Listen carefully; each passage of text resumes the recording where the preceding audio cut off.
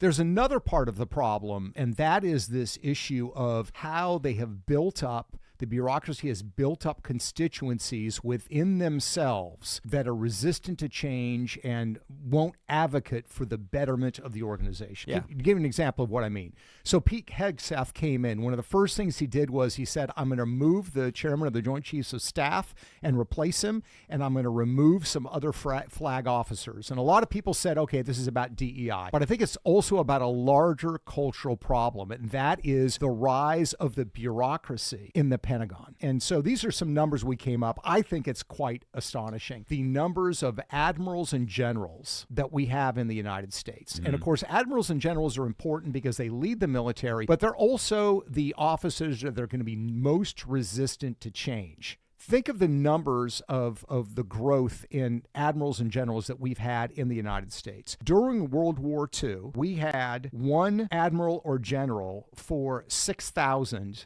enlisted personnel.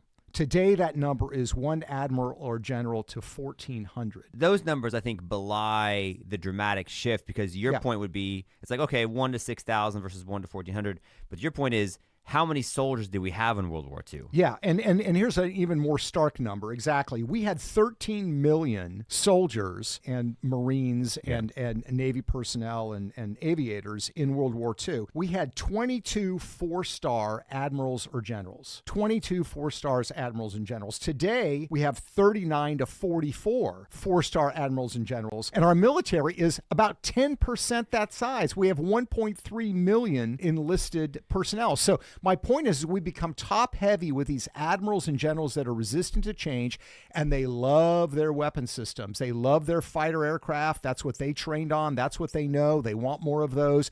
They love their aircraft carriers because that's what they trained on. That's what they know. So they're resistant and they're bloated to change. And so this is something else that DOJ has to look at, how the military's become so top heavy with these flag officers. And as they become more top heavy and therefore more expensive, unfortunately, we become like far less effective.